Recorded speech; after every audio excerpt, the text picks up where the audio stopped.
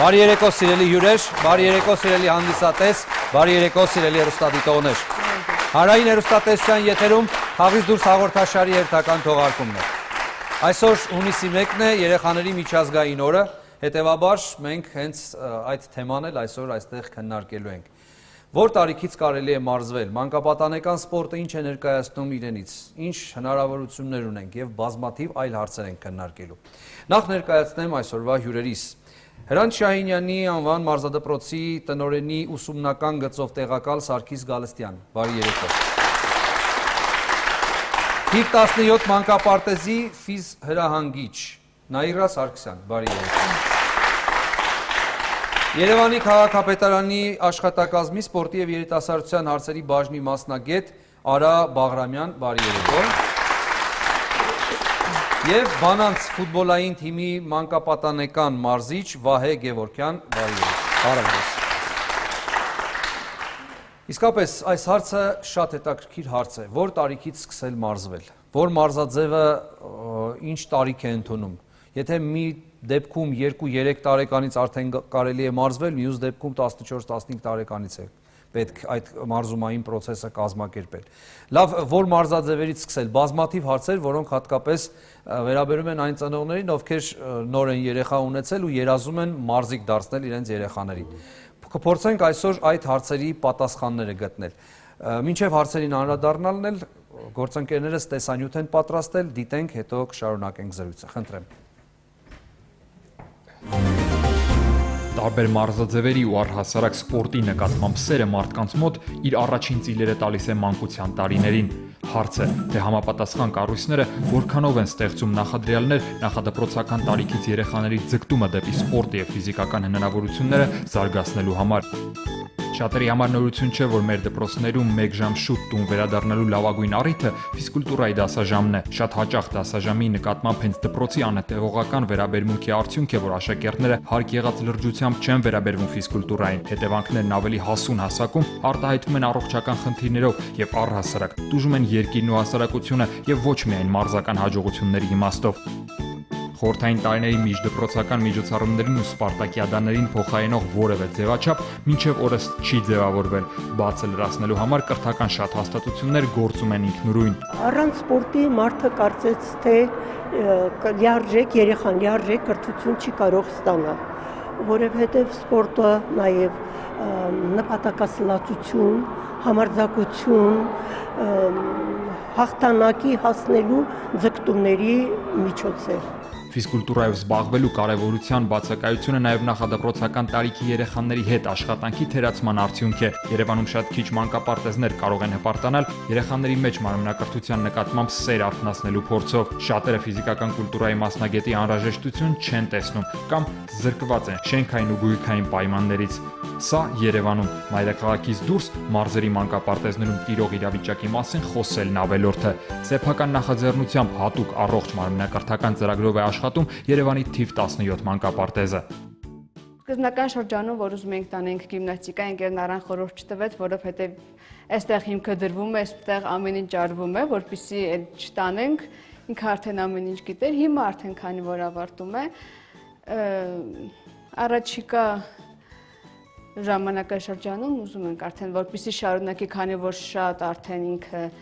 կեցվածքով եւ ամեն ինչով անպատասխանում է սպորտին, գիմնաստիկայի երևի թե կայցելի։ Օրակարգային այս խնդրին լուծում տալու նախաձեռնությամբ հանդես է եկել սպորտի եւ երիտասարդության հարցերի նախարարությունը։ Նախարարության նախաձեռնած հատուկ ծրագիրը, որի մեկնարկը տրվել է օրերս, նպատակ ունի խթանել նախադպրոցական տարիքում ֆիզիկական կուլտուրայով զբաղվելու ցանկությունը եւ հնարավորություններ ստեղծել դրա իրականացման համար։ Երևանի քաղաքապետարանի հետ համատեղ ծրագիրը կներդրվի մայրաքաղաքի մի քանի մանկապարտեզներում։ Նախադպրոցական հիմնարկների մեկական դաստիարակ հատուկ վերապատրաստում կանցնի։ Այդ մանկավարժների վրա էլ կդրվեն ֆիզկուլտուրայի ուսուցչի պարտականությունները։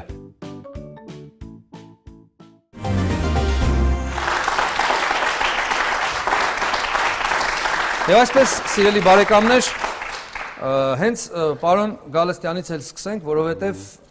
կարծիք կա, որ սպորտային մարմնամարզությունը բոլոր մարզաձևերի հիմքն է։ Այդպես է արդյոք, դուք համաձայն եք այդ կարծիքով։ Այո։ Որ տարիքից կարելի է մարզվել։ Հիմնականը փորձը ցույց է տալիս, որ սպորտային մարմնամարզությամբ կարելի է մարզվել 5-6 տարեկանից, որովհետև դա հենց բոլոր մարզաձևերի հիմքն է հանդիսանում, որը մենք հնարավորություն ենք տալիս երեխաներին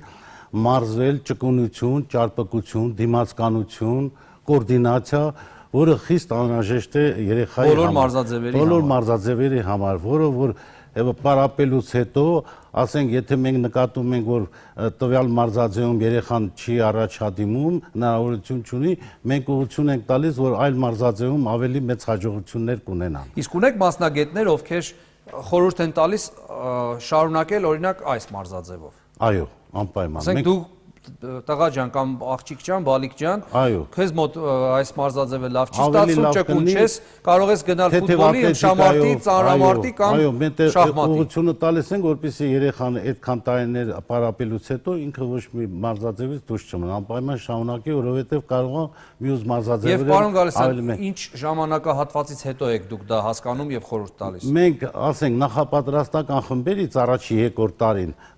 ուսումնամարզական այդ process-ը կատարելուց հետո մենք անմիջապես նկատում ենք այդ բոլոր երեխաների ինչ տվյալներ ունի։ Մեր մարզաձևը կարող է շարունակի, թե կարող ենք մենք իրանց խորհուրդներ տանք։ Այսինքն 3-4 տարի, հա։ Այո, 3-4 տարին բավական է, որ մենք կարողանանք երեխայի ունակությունները ստուգենք,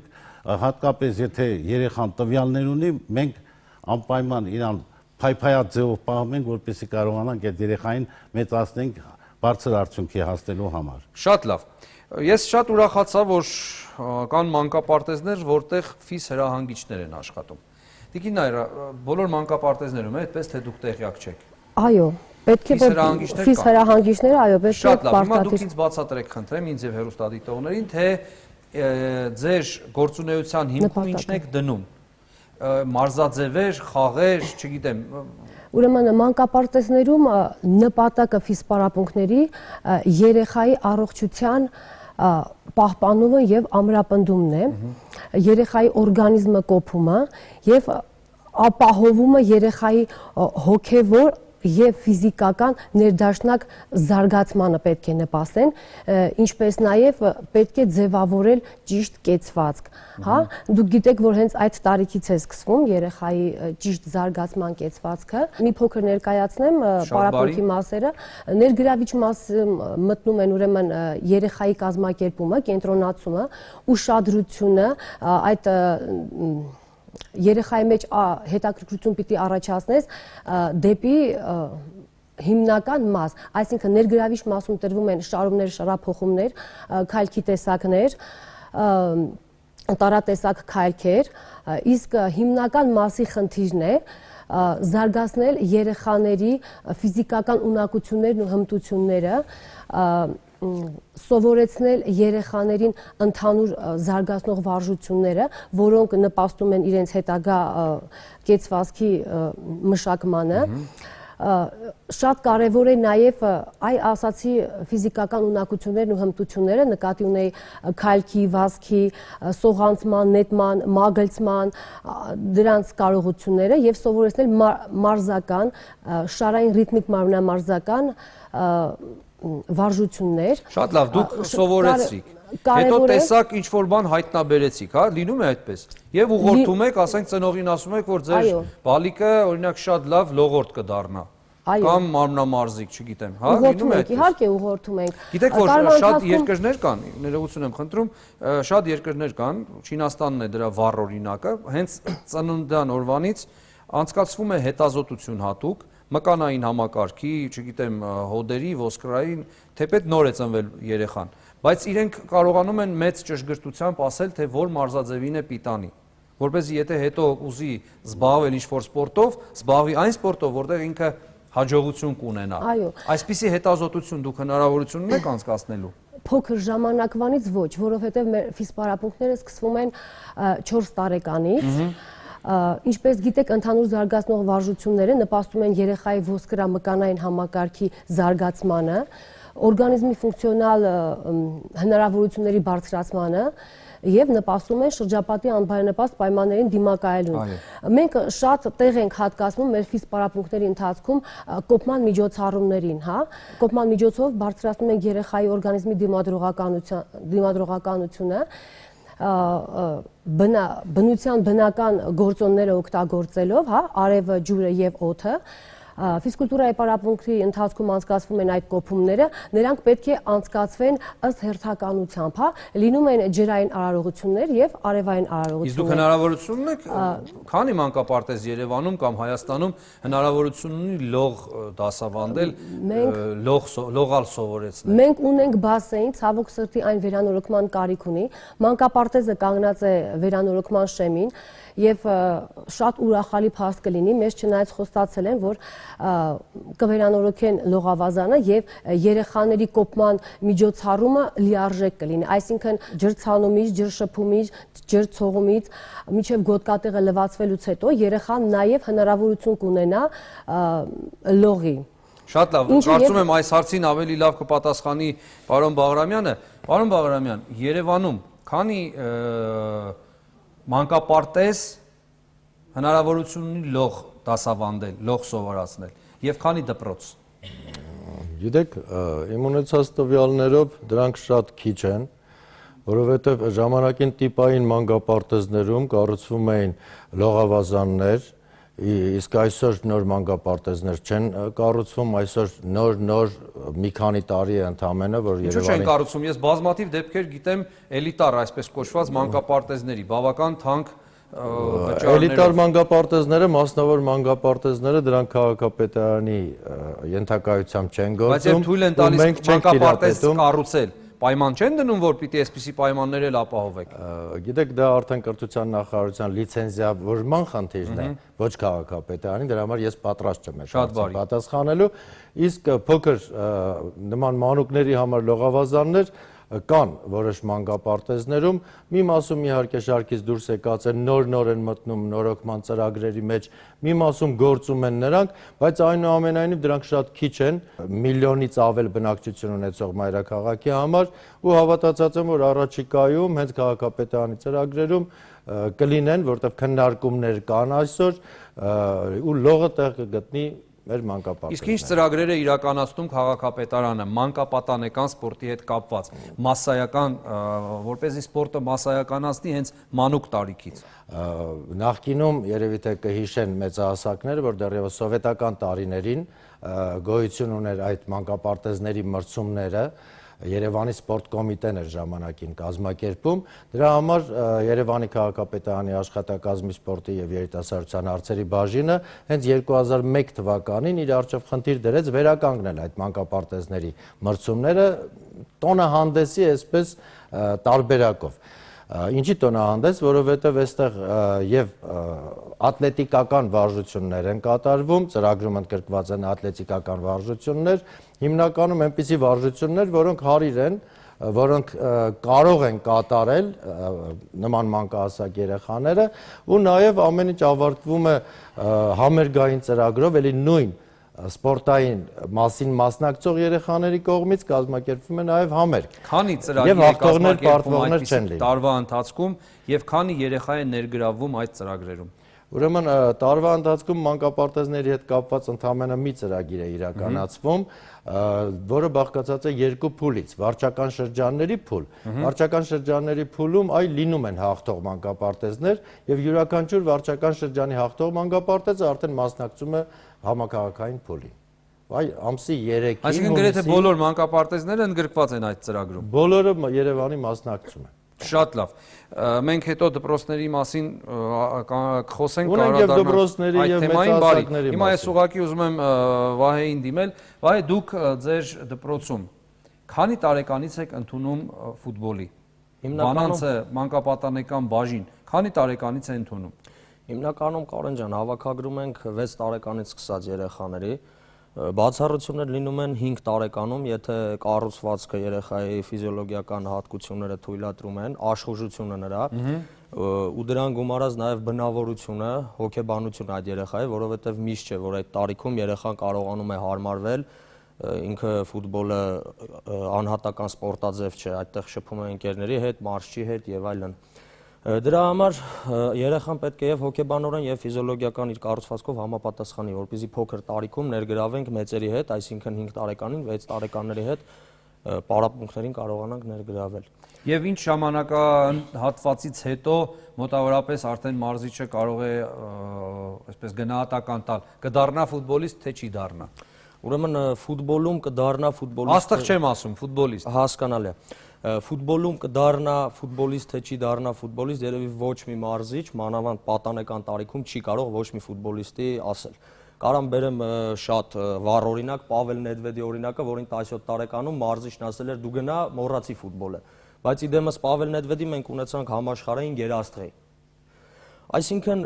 այդտեղ մի հատ լավ խոսք ունենք մենք մասնագետներով, ֆուտբոլային երեխան չջնջած լոտո է։ Դրա համար անհրաժեշտ է համբերատար աշխատանք երեխաների հետ, շատ կարևոր է այդ տարիքում երեխաների հետ զբաղվել, գայթակղել նրանց, կոպիտ ասած ստիպել, որ սիրեն ֆուտբոլը, սիրեն գնդակը ու դրանից հետո միայն անցնել մնացած աշխատանքին։ Ահա իսկ դուք համաձայն եք այն կարծիքին, որ սպորտային մարմնամարզությունը բոլոր մարզաձևերի հիմքն է, այսինքն երբ որ ընդունում եք թեկուզ 5 տարեկան, 6 տարեկան երեխային, պետք է որ նա որոշակի մարզվածություն ունենա, թե հենց այդպես կարող է գալ ու միանգամից զբաղվել ֆուտբոլով։ Որոշակի մարզվածություն ունենալը պարտադիր պայման չէ, բայց շատ ժամանակ մենք զուգորդում ենք նաև ակրոբատիկան, լողը ֆուտբոլի հետ, քանի որ փոքր տարիքում շաբաթական 2 պարապմունք ենք անցկացնում, երեխան հնարավորություն է ստանում շաբաթվա մեջ նաև հաճախելու լողի կամ ակրոբատիկայի ու հիմնականում օգնում է, մարմնամարզությունն էլ է օգնում երեխային, լողն էլ է շատ օգնում։ Միանշանակ մարմնամարզությունը բոլոր սպորտաձևերի հիմքն է, ժխտել չենք կարող։ Պարոն Գալստյան, վերջերս ես հետևում էի ջրային ձևերի Եվրոպայի առաջնությանը եւ Ռուսաստանի վաստակավոր մարզիչներից մեկը, բավական պատկառելի տարիքով ու փորձով, մի հետաքրքիր արտահայտություն արեց, որ ես հասկացա, որ չափորոշիչները այսպես ամենտեղ նույնը չեն։ Այս հարցին ամենտեղ տարբեր կերպ են վերաբերվում։ Ուրեմն մարզություններից մեկի ժամանակ, երբ կորություն չկարողացավ ապահովել սինխրոն լողի ներկայացուցիչը Իսպանիայի, ռուս մասնագետը նշեց, որ դա այն պատճառով է, որ այնտեղ սկսում են զբաղվել 7 տարեկանից եւ մեզ մոտ 5 տարեկանից։ Արդեն 2 տարի ուշացած է լինում եւ մկանները այլևս չեն կարողանում այնքան էլաստիկ դառնալ, ինչքան կլինեին, եթե 5 տարեկանից զբաղվեին։ Ինչու եմ հավատում, որովհետև սինխրոն լողի բոլոր մեդալները ռուսները նվաճեցին։ Այսինքն ասածը ապացուցվեց գործով, արդյունքով։ Հիմա դուք որին եք կողմ։ Երբանից է ճիշտ սկսել մարզվելը։ 5-ից 7-ից չգիտեմ։ 5-6 տարեկանից, 6 տարեկանից, որովհետև 7-ից մի քիչ ավելի դժվար է երեխայի հետ աշխատել, որովհետև գիմնաստիկան դա տղաների համար 6 գործիքներով պետք է անցնի, կարողանա պարապի 6 գործիքների վրա, իսկ աղջիկները 4 գործիքների։ Որովհետև կան այնպիսի գործիքներ, եթե նրանք ճկուն եւ էլաստիկ չեղան, շատ բարդությունների առաջ կկանգնեն, որովհետև հատկապես ազատ վարժությունների ժամանակ ակրոբատիկական վարժություններ են կատարում, ֆլագներ, սալտոներ, ինչպես ասում են, ասենք օղակների վրա, պտույտներ են կատարում եւ կարողանում են դարձումներով թռիչք կատարել, ակրոբատիկական շարժումներով, իսկ բարձր տարիքում այդ բոլոր բաները մեզ համար դժվարություն կառաջացնի, դրա համար ավելի նպատակահարմար է 6 տարեկանից սկսել մարզումները պարապել։ Դուք ձեր դեպքում 6 տարեկան եք համարում։ Վահեն նույնիսկ 5-ից ենթադրեց, այսինքն ասաց, որ Վահեն ճիշտ ասեց, որ կարելի է նաև բացառություն անել, եթե տեսնում ենք տվյալներ ունեն, մենք հատուկ դպրոցներ ենք հաճախում, հրավերներ ենք ուղարկում դպրոցներ, մարզիչները գնում են դպրոց մանկապարտեզներ, ընդունում են այնպիսի երեխաների, որը մեր մարզաձևին համապատասխանում է, որ նրանց հետ կարող ենք մենք աշխատենք։ Հա, բացի նաև ծնողներն են իրենց բաներով բերում, իրենց ցանկությամբ բերում, մենք ստուգում ենք հատուկ ավագ մարզիչի մոտ մարզիչների հանձնաժողով ունենք պատրաստած, ստուգում ենք կախ, ասենք, եթե կարող գոնե մի ժիմ անի, ձգումներ անի 1-2 անգամ, արագությունն ենք ստուգում, ճկունությունն ենք ստուգում, եթե համապատասխանում ընդունում ենք, եթե չէ, ծնողներին խնդրում ենք, որ տարեք մի ուրիշ մարզաձևի, որ ինքը հնարավորություն կունենա մի հաջողության։ Իսկ դուք չեք ենթադրում Պավել Նեդվեդի օրինակը, որ ասենք կարող է այդ պահին այդպես չերևա նրա ճկունությունն Այո, ուժը, բայց հետո մարզվի ու ունենա։ Շատ հնարավոր է, որ ասենք 6 տարեկանում ինքը արդյունք ցույց չտա, բայց 11-12 տարեկանում գա այդքան տարվա պարապած երեխաներին ասի, դա էլ կա։ Պրակտիկայում մեծ էլ բացառել չի կարելի։ Այո, Շատ լավ։ որովհետև մենք ներողություն ենք խնդրում, մեր նախին աշխարհահռչակ մարզիկները պարապել են 16-17 տարեկանից եւ հասել են արդյունքների։ Դուք նկատել եք Հրանտ Շահինյանի եւ Ալբերտ Ազարյանի։ Ալբերտ Ազարյանի, որ Ալբերտ Ազարյանը 17 տարեկան հասակում սկսել է պարապել եւ 2 անգամ դարձել է օլիմպիական չեմպիոն։ Բայց հիմա հուսով եմ կոչ չեք անում մյուսներին էլ 17-ից սկսել։ Չէ։ Դուք ուղղակի օրինակ բերեցիք։ Օրինակ բերեցի, ուղղակի իրանք բացառիկ Շատ լավ։ ֆիզիկական Տիկին Նայրա, դուք որ կազմակերպում եք այդ, չգիտեմ, միջոցառումները, դուք հիմքում դնում եք կոփելը, թե ուղղակի խաղերի ձևով սպորտին մոտիկ բերելը։ Ուրեմն հասկացաք հարցիս իմաստը։ Հասկացա։ Տարվա ընթացքում կազմակերպում են զանազան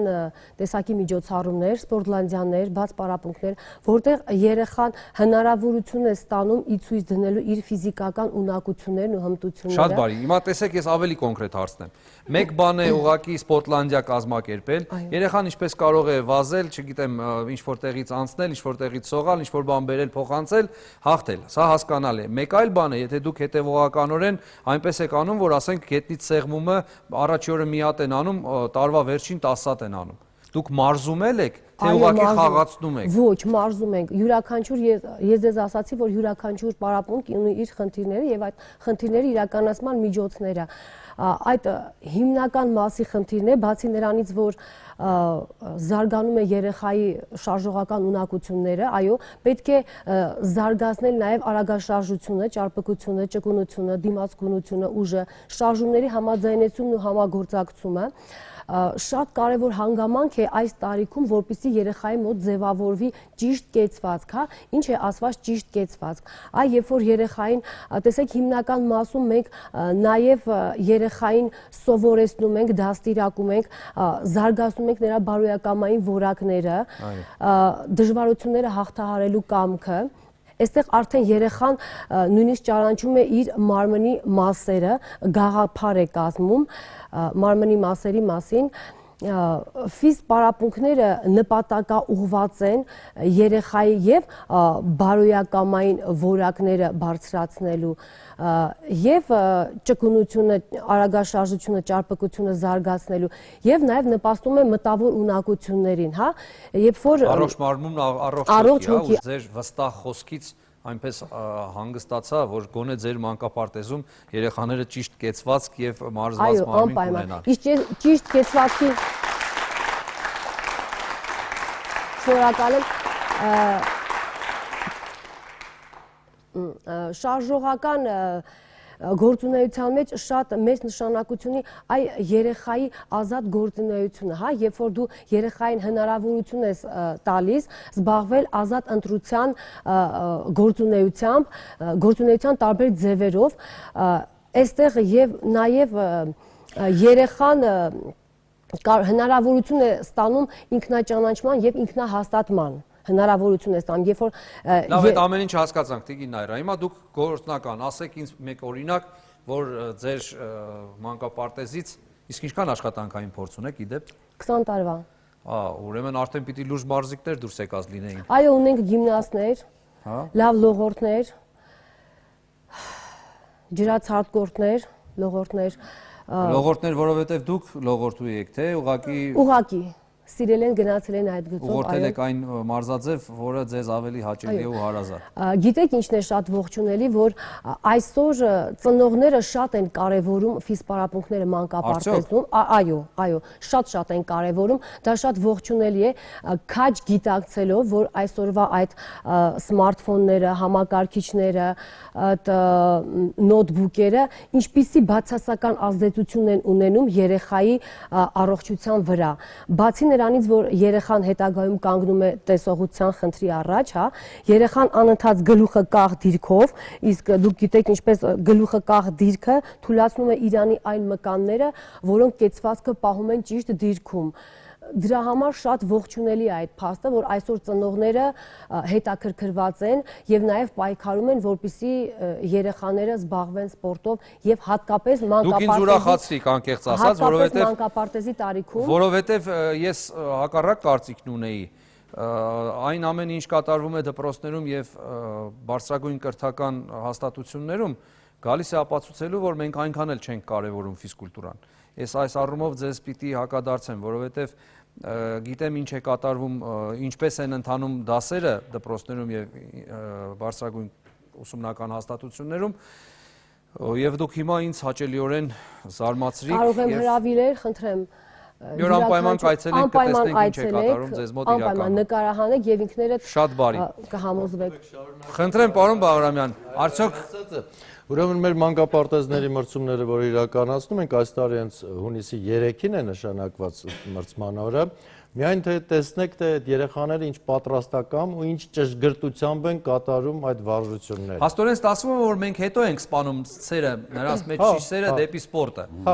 Փոքր հասակում մանուկներն ունեն այդ։ Շատ լավ եւ նաեւ այստեղ երևում է նաեւ ծնողների մոտ եղած շատ մեծ ողջավորությունը, քանի երեխա է մասնակցում, այդքան ծնողներ որպես հանդիսատես ներկա են լինում այդ մրցումներին։ Որովհետեւ այդ տարիքում ծնողների մեջ դեռ խանդավառություն կա։ Հետո որ մի քիչ մեծանում են երեխաները, դառնում են դպրոցահասակ եւ ուսանող ավելի շատ, արդեն ծնողների մոտ այդ խանդավառությունը հանգում է, երեխաներն էլ սկսում են միջոց փնտրել չմարզվելու, դասի չգնալու։ Իսկ ինչ վերաբերվում է, ասենք, ընդունելությանը սպորտ դպրոցներ, գիտեք, մենք ունենք կառավարության կողմից հաստատված չափորոշիչներ մարզադպրոց ընդունվելու հետ կապված, յուրաքանչյուր մարզաձևի համար հաստատված է որոշակի տարիք ու ցանկալի կլինի, որ մեր բոլոր մարզադպրոցները պահպանեն կառավարության կողմից հաստատված այդ չափորոշիչները, որովհետև դրանք հենց հավատացած եմ օդից չեն վերցրած, այլ ուսումնասիրության արդյունքում են ստեղծվել։ Շատ բարի։ Վահե, ձեզ մոտ էլ է այդպես խանդավառությունը շատ մեծ։ Ես գիտեմ, որ ֆուտբոլը այո, այն մարզաձևն է, որով մարզվել ցանկացողները շատ ավելի են, քան մյուս մարզաձևերում, հատկապես վերջին տարիներին, երբ անկախությունից հետո հասու դարձավ ֆուտբոլը, մեծ ֆուտբոլը մեր հանդիսատեսին, առաջ մենք միջազգային 4-5 հանդիպման էինք հետևում, լավ, առավելագույնը 10 եվրագավաթներն էին, աշխարհի Եվրոպայի առաջնությունները։ Հիմա այնքան հասու է ֆուտբոլը, շատ երկրների առաջնություններ հենց այդպես ցուցադրվում են, ու բնականաբար դա նաև ռոպագանդում է սպորտը։ Հիմա ձեզ մոտ ինչ վիճակ է եւ կա արդյոք այդ խանդավառությունը ինչ որ մանկապարտեզներում է։ Ուրեմն շարունակեմ այդ թեման, Կարեն ջան, մենակ մեզ մոտ չէ 2013 թվականին միջազգային մարզչական կոնգրեսի ներկա։ Ուրեմն Ռեալ Մադրիդի ներկայացուցիչ իրանց ակադեմիայի ղեկավարը ցավոք սրտի հայտարարեց, որ ամբողջ աշխարհում 30 տարվա կտրվածքով իրանք հետազոտություն էին անցկացրել, այդ խանդավառությունը մարում է։ Ու դրան նպաստում է ժամանակակից ավելի հետաքրքիր ինչ որ զբաղմունքների հայտ գալը, թե երեխաների համար, թե ծնողների համար։ Այսինքն կյանքը փոխվում է ու դրա հետ մեկտեղ փոխվում է նաև հետաքրքրությունը, մարդկանց հետաքրքրությունները։ Նույնը երևի թե մեր ազգի կողքով չի անցել։ Փոքր տարիքում, այո, երեխաների հոսքը ահավոր մեծ է։ Նամանավանդ 2011-2012 մեր հավաքականի գերազանց ելույթներից հետո ահավոր ֆուտբոլային բում եղավ։ Երեխաների հոսքը այնքան շատ էր, որ չէինք հասցնում ընդունել։ Բայց հիմա բնականաբար այդ տարիների համեմատ կրճատվել է հաճախող երեխաների թիվը, 11-ից 12-ից հետո արդեն ծնողները սկսում են մտածել երեխային տալ ուսման, թե թողել ֆուտբոլում, որովհետև այսօրվա մեր կրթական համակարգը սպորտի հետ համատեղելը ահավոր բարդ է։ Դպրոց հաճախել, դպրոցում դասի նստել, հետո դասերը սովորել, հասցնել ֆուտբոլային մարզումներին, 12-13 տարեկանից դրանք արդեն շաբաթը 2 անգամ չեն, շաբաթական 4 մարզում անում են, մի խաղ խաղում են, առաջադիմությունն է ընկնում դպրոցում, մի խոսքով գլխացավանքները ծնողների շատանում են ու ոնց որ դու ասացիր Կարեն ջան, վերցնում են ու զրկում են սպորտից, ծնողներ էլ կա, որ չէ, կարող են համատեղեն կամ ավելի ուշադրություն են դարձնում սպորտին, արդյունքում ունենում ենք լավ սպորտսմեններ։ Շատ բարի, մեկ հարց ձեզ նորից եմ ուզում տալ, պարոն Բաղրամյան, իսկ ինչքանով է հասու սպորտը մանկահասակների համար, ինչքան ունենք մարզադպրոցներ, որոնք անվճար են։ Այսօր Երևանի քաղաքապետարանի ենթակայությամբ գործում են 38 ներողություն մարզադպրոցներ արդեն հենց մանկապատանեկան մարզադպրոցներ, որտեղ բոլորում ուսուցումը, ուսումնամարզական գործընթացը իրականացվում է անվճար։ Առաջիկայում սպասվում են հավանաբար մինչև տարվա վերջ եւս 2 շախմատի դպրոցներ կբացվեն Երևանի քաղաքապետարանի ենթակայությամբ կհասցնենք 40-ի թիվը։ Անվճար դպրոցներ։ Ես շատ ուրախ եմ, որ այսօր մանուկների միջազգային օր այսպիսի լավատեսություն է տիրում մեր տաղավարում, դուք շատ լավ բաներից եք խոսում, ես ուրախանում եմ միայն դրա համար եւ ուզում եմ հաղորդման վերջում ձեր մաղթանքները լսել, ձեր ցանկությունները, ինչ պետք է անել, որպեսզի մեր երեխաները առողջ մեծանան եւ սպորտում իրենց տեղը ունենան։ Խնդրեմ։ Դե մեր աշխատանքը այնպեսին է, որ մենք միշտ մեր աշխատանքով ուզում ենք մեր երեխաների համար առողջ սերունդ մեծացնել, նաև մենք զբաղվում ենք ռազմահայնասիրական աշխատանքով, որը շատ լավ ստացվում է։ Վերջին շրջանում մեր պայմանները շատ լավն են եւ բոլոր պայմանները նաև ունենք ծնողների համար սպասասրահներ, որ կարողանում են սպասել մինչև երեխաներին վերցնելը եւ ունենք նոր ժամանակակից սպորտային գույք, կոմպլեկտ գույք տղաների եւ աղջիկների դալիճների համար նորմալ պայմաններ, որով մենք կարող ենք մեր երեխաների ընդհանուր ֆիզիկական առողջության համար, նաև սպորտային մեծ նվաճումների համար։ Շատ շնորհակալություն։ Տիկին Նայրա։ Մեր բալիկներին մաղթում եմ, որպեսզի նրանք հենց մանկապարտեզի տարիքից սկսեն զբաղվել սպորտով, քանի որ ապագա օլիմպիականները, չեմպիոնները դիրքը սկզբնական այդ իրենց հենց սկիզբը դրվում է հիմքը, դրվում է մանկապարտեզից։ Բոլոր մանուկներին ցանկանում եմ անհոգ մանկություն, խաղաղ երկինք եւ պայծառ ապագա։ Թող առողջ լինեն եւ ամենակարևորը անփորձանք։ Շատ բարի։ Արոն Վահրամյան։ Գիտեք, կարծես ամեն պայման մեր մայրաքաղաքում ստեղծված է մանուկների, պատանիների, այդ մանկապատանեկան սպորտի զարգացման ու առողջ ապրելակերպի սերմանման համար։ Այլ բան է թե մենք օգտվում ենք այդ պայմաններից, թե չենք օգտվում, հա։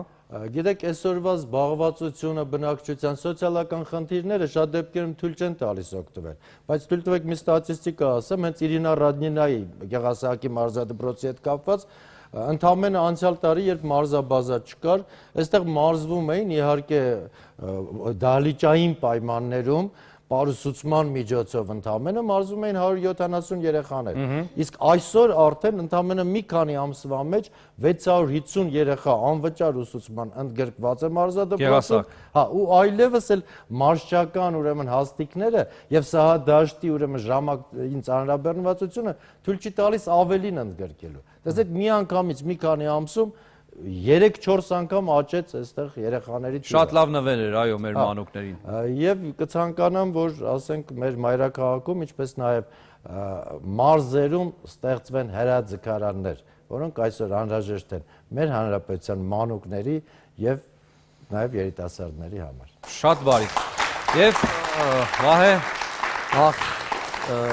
որպես ցանկություն կհորդորեմ ծնողներին, որ բոլոր սպորտաձևերին